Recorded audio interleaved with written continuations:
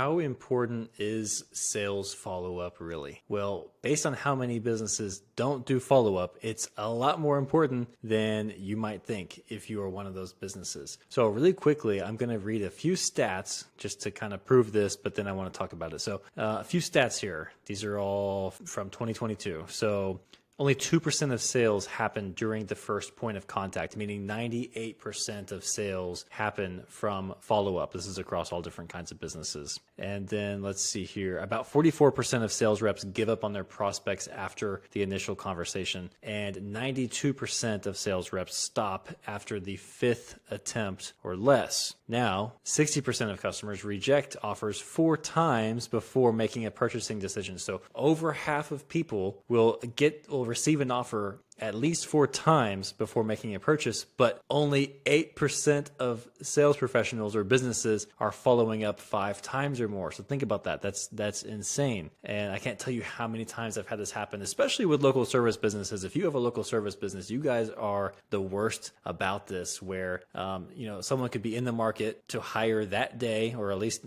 maybe not have you do the work that day, but to at least get you signed up to do the work and ready to make a decision that day. And sometimes it's so difficult to even get them to call you back to even give you a quote. I've seen this happen with landscapers, with house cleaning companies, and I actually know people who own service businesses who don't have any follow-up systems. They're doing only manual follow-up, and a lot of times, they're just busy out doing the work, and a lot of sales end up falling through the cracks because they don't follow up, or they just forget, or different things happen. And I can tell you that for every business that I've personally worked with where the business did not have any sort of follow-up system, they didn't have any sort of automated follow-up system at all, that every time we implement a follow-up system, that they at least double their sales. At least. Now, it doesn't really sound that crazy if you realize how important follow-up is and how much missed opportunity is there if you're not doing any follow-up.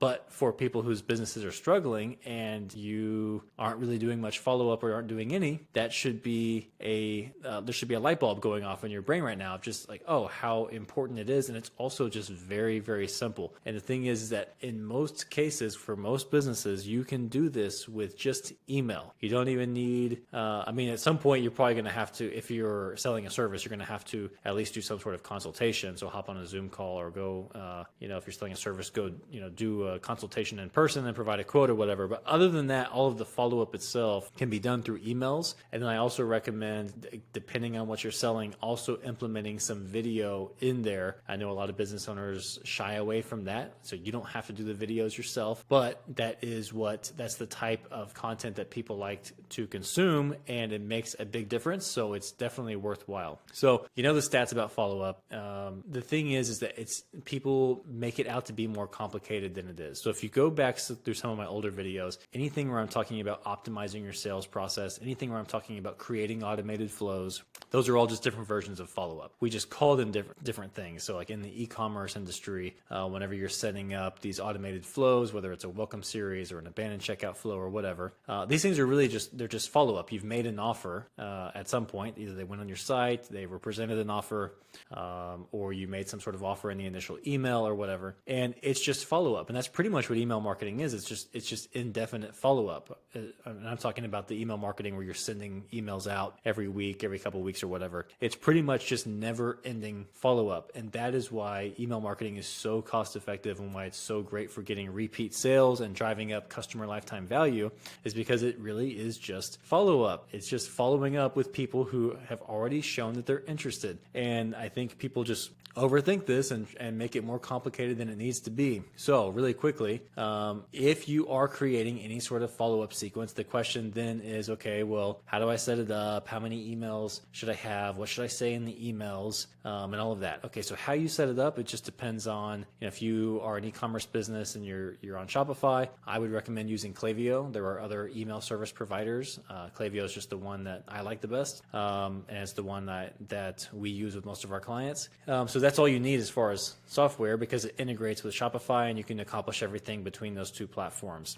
Then as far as how many emails, so I think a good number offer for, this is just for any type of follow-up sequence, right? This is obviously you want to customize this based on the sequence, but because people want to know a number, here's the number. 4 seems to be the sweet spot of as far as total emails in a particular sequence whenever you're following up on an offer. And a lot of times it depends. So if it's more of a follow-up to like an introductory offer, a lot of times you'll notice that the sales are the highest at the beginning of that flow. And then once you get to email 4, the sales are the lowest. So those are just kind of like, you got the last little bit of stragglers out of there. And then for existing customers that are presented new offers or presented anything where there's any kind of deadline in terms of like the sale's only going to be available for a certain period of time or whatever, I find it to be the opposite actually. A lot of times the majority of those sales will happen at the very end of that follow-up sequence. So if you only sent one follow-up email, then you would have missed out on all that additional revenue from the 3 emails that happened after that. And then the same thing with that introductory series that I referenced for someone who was maybe never even a customer in the first place. Even though the majority of sales happened in that first email, you had 3 emails of sales, meaning that 3 different emails of acquiring new customers that you never would have had if you had only stopped with that first email and you didn't continue to send more. So this doesn't mean that you should just be spamming people and sending them emails every single day nonstop. What this really means is that you should probably be doing a little bit more than you think, and then you just want to do that consistent. That's really the main thing. Is like, as long as you consistently have follow-up connected to every offer that goes out, and you've got these automated follow-up systems set up, then everything you do in terms of getting traffic to your site, bringing attention to your offers, you're now more efficient with those because you've already got the follow-up piece set up and automated for you. The ongoing work is just getting more attention to those offers in the first place. Now, I mentioned video earlier. So if you have higher ticket offers, especially if you're targeting higher end customers, so if it's like a higher ticket offer, and if you have a business to business service, or it could even be honestly products. This works very well for products, especially products that are I would say priced above average for your industry, then this is where video can really help as part of that follow-up series. So when you're following up with them, you're not just, of course, providing value and answering questions and addressing sales objections, which that answers the question of what do you say, but also providing video to where you can take it even further. So you can kind of escalate that conversation even more, try to personalize it more, show them,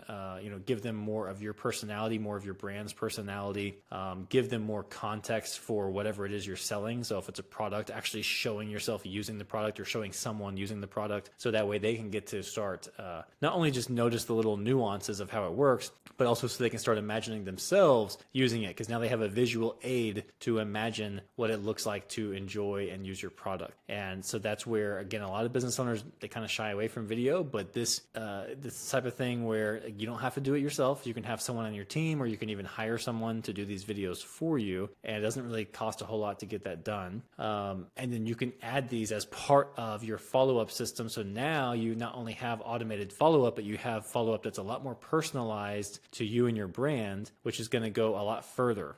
And these are systems that you just set them up once. You might want to do a little work to maintain them over time, but you can pretty much just hit the ground running. And then you can focus more of your time, effort, and energy into getting more attention to your offers. And you don't have to worry that you're losing a bunch of potential sales, and you don't have to invest as much time of your personal time in doing the follow-up, but you still get the end result, which is the follow-up happens and you're getting more sales. So long story short, the answer to the question, how important is sales follow-up? It's absolutely crucial. If you're not doing it, you're not getting near as much revenue as you could, and you're doing your potential customers a disservice. So that's it for this video. I will see you in the next one.